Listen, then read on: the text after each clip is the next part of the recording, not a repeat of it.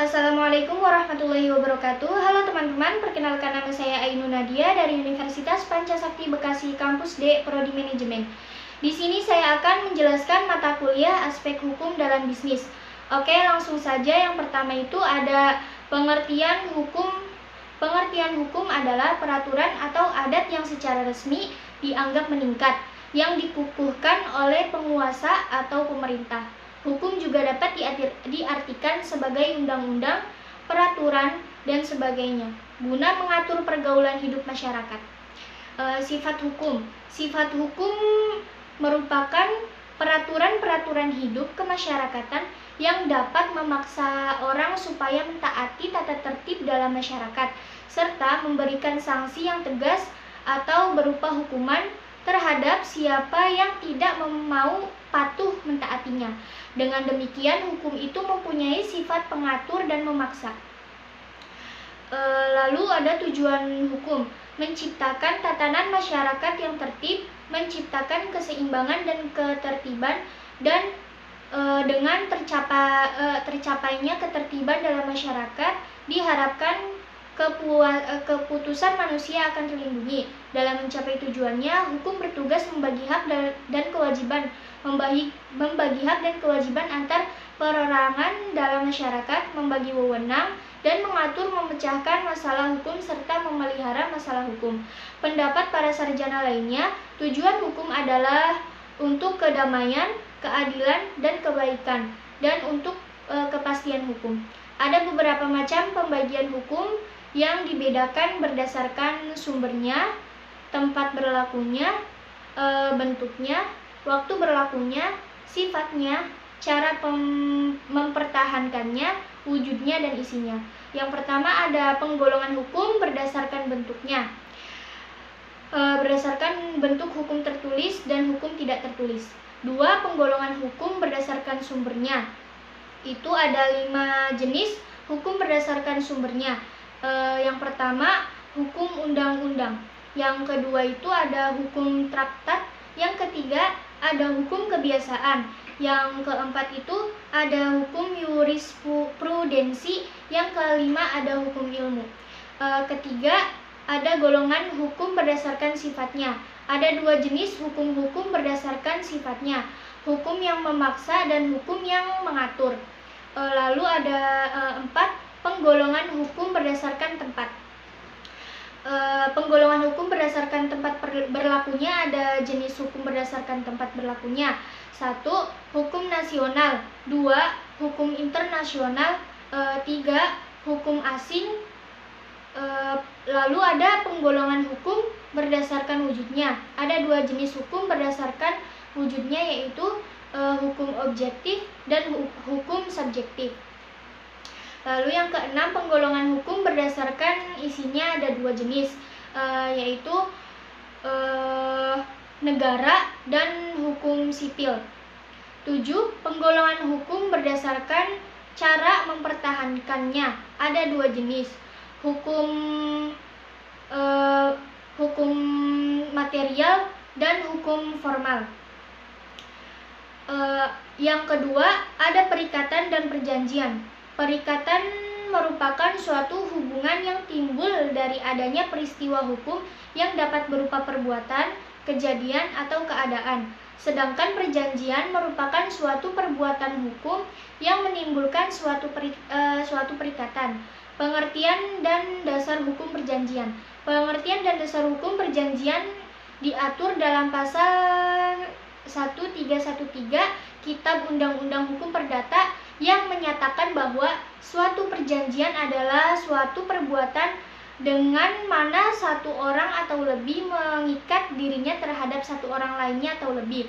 Syarat sahnya perjanjian ada 3, yaitu yang pertama kesepakatan para pihak, yang kedua kecakapan para pihak, yang ketiga adanya objek perjanjian, sebab yang halal. Jenis-jenis perjanjian. Yang pertama ada perjanjian sepihak dan perjanjian timbal balik. Perjanjian sepihak adalah perjanjian yang membebankan prestasi hanya pada satu pihak. Yang kedua perjanjian cuma-cuma dan perjanjian atas beban. Perjanjian cuma-cuma adalah perjanjian di mana pihak yang satu memberikan suatu keuntungan kepada pihak yang lain tanpa menerima suatu manfaat dari dirinya. Yang ketiga, perjanjian konsensuil, perjanjian real dan perjanjian formil. Perjanjian konsensuil adalah perjanjian yang mengikat sejak adanya kesepakatan dari kedua belah pihak. Yang keempat, perjanjian bernama, perjanjian tak bernama, dan perjanjian campuran. Perjanjian bernama adalah perjanjian yang secara khusus diatur di dalam undang-undang. Sedangkan yang ketiga ada perlindungan konsumen.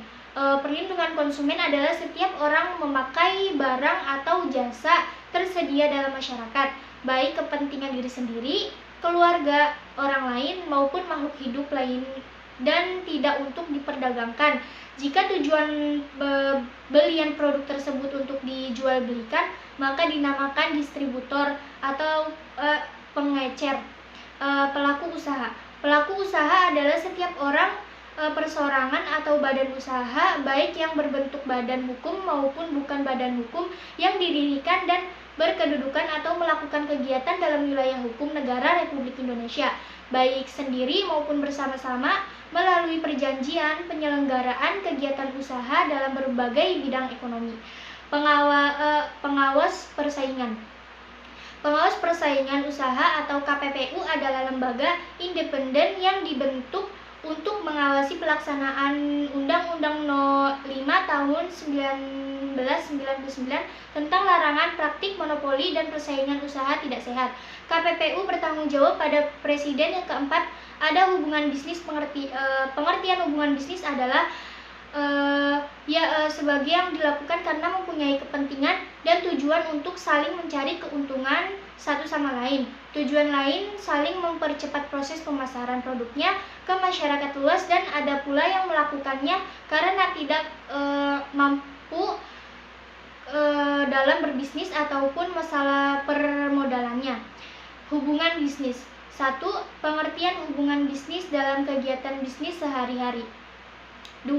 Itu ada bentuk hubungan bisnis, yaitu ada kegiatan, keagenan, fencing atau hak monopoli, penggabungan usaha, lalu ada bangun serah guna atau build, operate, and transfer. Yang kelima, ada bentuk-bentuk badan usaha. Firma.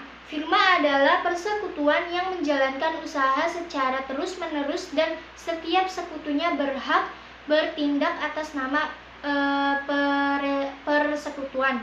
CV adalah persekutuan yang didirikan oleh satu atau lebih sekutu komanditer dengan satu atau lebih sekutu komplementer untuk menjalankan usaha secara terus-menerus. Pengertian perseroan terbatas atau PT. Sederhananya, pengertian PT adalah salah satu jenis badan usaha yang dilindungi oleh hukum dengan modal yang terdiri dari saham. Dalam menjalankan perusahaan berjenis perseroan terbatas, modal saham yang dimiliki bisa dijual kepada pihak lain. Yayasan. Yayasan adalah suatu badan hukum yang mempunyai maksud dan tujuan bersifat sosial, keagamaan, dan kemanusiaan, didirikan dengan memperhatikan persyaratan formal yang ditentukan dalam undang-undang. Yang keenam adalah WTO atau World Trade Organization. World Trade Organization atau disingkat WTO adalah sebuah organisasi internasional yang menaungi upaya meliberasi. Dalam pembentukan WTO berawal dari perundingan putaran Ouagai pada tahun 1986 sampai 1994. WTO bermarkas di Jenewa, Swiss. Secara resmi mulai beroperasi pada tanggal 1 Januari 1995 pada tahun 2016. Organisasi ini beranggota 164 negara dan wilayah kepabean yang mewakili 99,5% populasi dunia dan 98% perdagangan dunia. Pada tahun 2020, anggota WTO berkembang hingga berjumlah 164 negara di seluruh dunia. Organisasi ini menyediakan aturan-aturan dalam perdagangan internasional, dan seluruh anggota WTO diharuskan mengikuti aturan-aturan tersebut yang sudah ditetapkan dalam persetujuan Marrakesh. Lalu ada tujuan WTO. 1. Mencapai perdagangan internasional yang stabil dan menghindari kebijakan perdagangan yang merugikan. Yang kedua, ada mengembangkan sistem perdagangan multilateral.